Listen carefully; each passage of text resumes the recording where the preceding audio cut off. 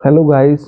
तो आज हम एक्सरसाइज 8.2 के कुछ एग्जांपल्स करते हैं। तो देखिए, सबसे पहले हमने एग्जांपल नंबर 6 को उठाया है। तो एग्जांपल नंबर 6 में आपको दिया हुआ है क्या।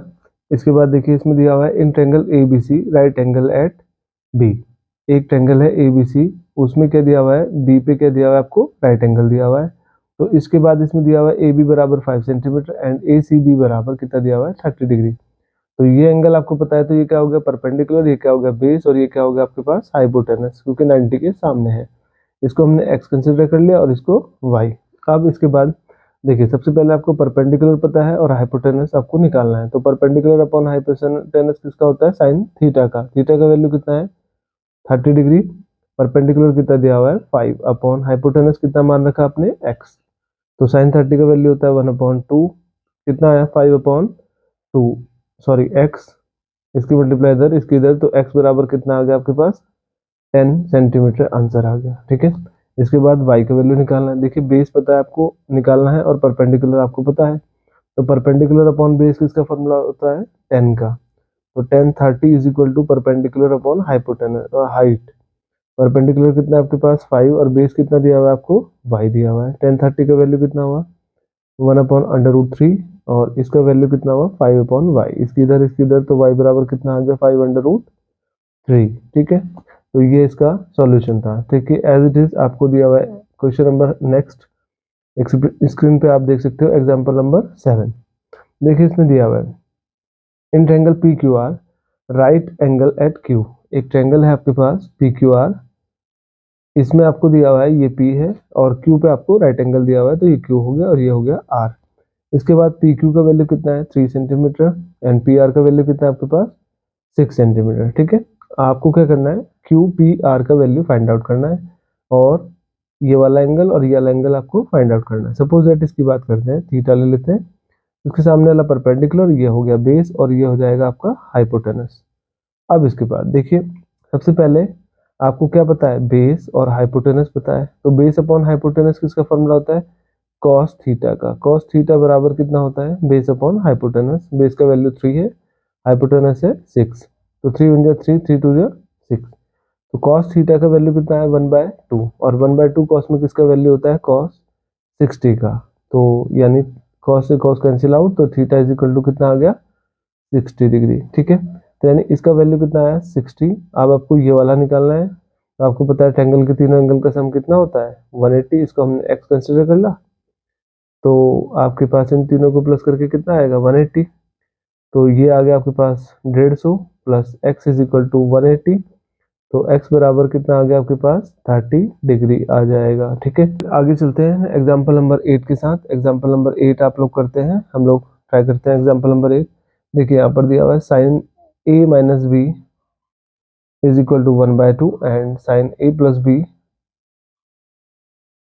इज इक्वल टू, आपको दिया हुआ है, सॉरी यहाँ साइन नहीं है, यहाँ पर आपका कॉस दिया हुआ है। ठीक है।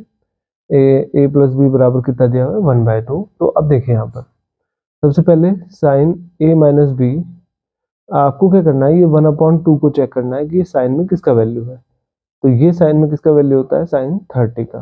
तो आप देखिए, साइन से साइन कैंसिल आउट, तो a minus b is equal to कितना आ गया, 30 डिग्री। ठीक है। Same as it is cos a plus b is equal to 1/2। तो कॉस में ये किसका वैल्यू होता है, कॉस 60 का। तो इससे कैंसिल आउट, तो a plus b is equal to कितना आ गया, 60 डिग्री। ठीक है। आगे चलते हैं।